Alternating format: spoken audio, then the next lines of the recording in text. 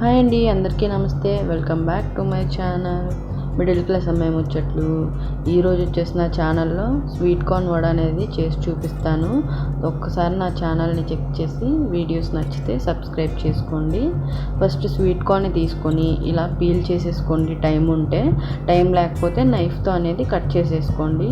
మీ ఇష్టం, ఎలా కావాలంటే అలా ప్రిపేర్ చేసుకొని ఇలా తీసుకుని రెడీగా పెట్టుకోండి.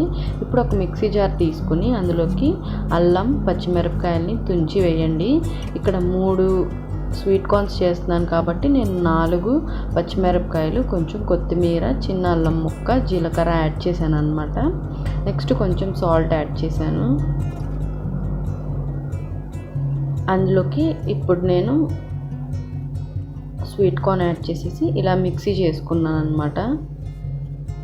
కొంచెం బరకగా చేసుకోండి, మరీ మెత్తగా అయితే అవసరం లేదు, వాటర్ అయితే అస్సలే అవసరం లేదన్నమాట. నేనేం చేశానంటే కొన్ని స్వీట్ కార్న్ని పక్కకు తీసేసి తర్వాత అందులో అనేది మిక్స్ చేశాను. ఎందుకంటే అక్కడక్కడ తగులుతూ ఉంటే చాలా బాగుంటుంది టేస్ట్ అనేది. ఒకసారి ఇలా మిక్స్ చేసేసుకుని కొంచెం కొత్తిమీర యాడ్ చేసుకోండి. కొంచెం జీలకర్ర యాడ్ చేస్తున్నాను మళ్ళీ. ఇప్పుడు మైదా తీసుకుని ఒక 3 టేబుల్ స్పూన్స్ వరకు యాడ్ చేసుకోండి. అయితే నేను సపరేట్ చేశాను అనమాట. ఇప్పుడు ఒక్క స్వీట్ కార్న్కి ఎంత కావాలనేది నేను మైదా అనేది మెజర్మెంట్ చెప్తున్నాను. ఒక స్వీట్ కార్న్ 1.5 స్వీట్ కార్న్కి ఎంత వస్తుందో అంత తీసుకొని అందులోకి 3 table spoons of maida and 4 table spoons of rice flour add చేసి ఆ కన్సిస్టెన్సీ వచ్చే వరకు ఉంచాను.